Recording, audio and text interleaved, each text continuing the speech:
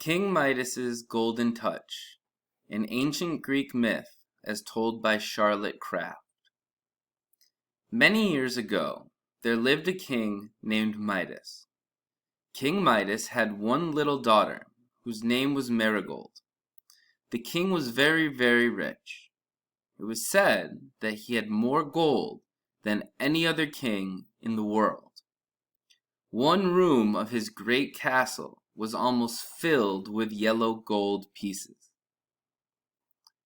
At last, the king grew so fond of his gold that he loved it better than anything else in the world. He even loved it better than his own little daughter, dear little rosy-cheeked Marigold. His one great wish seemed to be for more and more gold.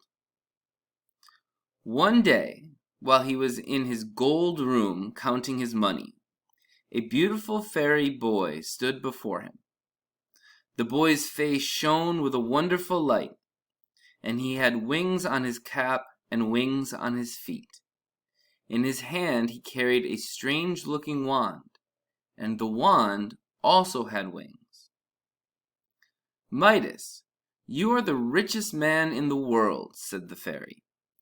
"There is no king who has so much gold as you." "That may be," said the king. "As you see, I have this room full of gold, but I should like much more, for gold is the best and most wonderful thing in the world." "Are you sure?" asked the fairy. "I am very sure," answered the king. "If I should grant you one wish," said the fairy, "would you ask for more gold?" "If I could have but one wish," said the king, "I would ask that everything I touch should turn to beautiful yellow gold." "Your wish shall be granted," said the fairy. "At sunrise tomorrow morning your slightest touch will turn everything into gold. But I warn you that your gift will not make you happy." "I will take that risk," said the king. The next day King Midas awoke very early. He was eager to see if the fairy's promise had come true. As soon as the sun arose, he tried the gift by touching the bed lightly with his hand. The bed turned to gold. He touched the chair and the table. Upon the instant they were turned to solid gold. The king was wild with joy. He ran around the room, touching everything he could see. His magic gift turned all to shining yellow gold.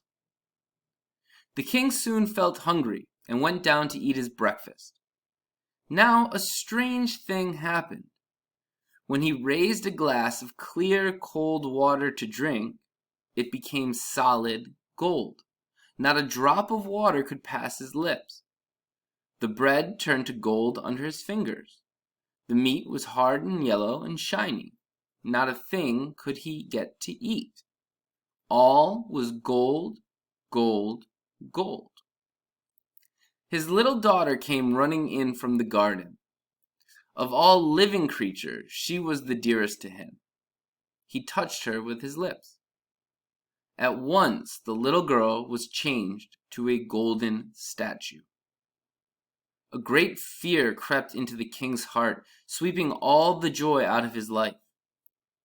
In his grief he called and called upon the fairy, who had given him the gift of the golden touch. "O fairy," he begged, "take away this horrible golden gift. Take all my lands, take all my gold, take everything. Only give me back my little daughter." In a moment, the beautiful fairy was standing before him.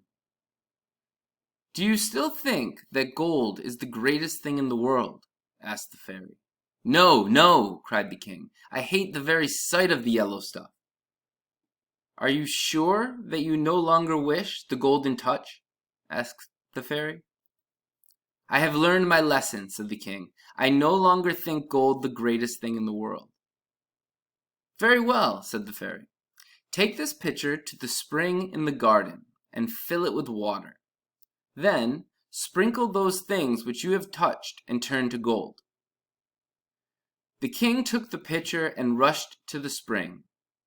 Running back, he first sprinkled the head of his dear little girl.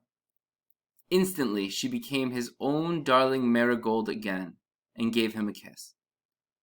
The king sprinkled the golden food, and to his great joy it turned back to real bread and real butter. Then he and his little daughter sat down to breakfast. How good the cold water tasted! How eagerly the hungry king ate the bread and butter, the meat, and all the good food. The king hated his golden touch so much that he sprinkled even the chairs and tables and everything else that the fairy's gift had turned to gold.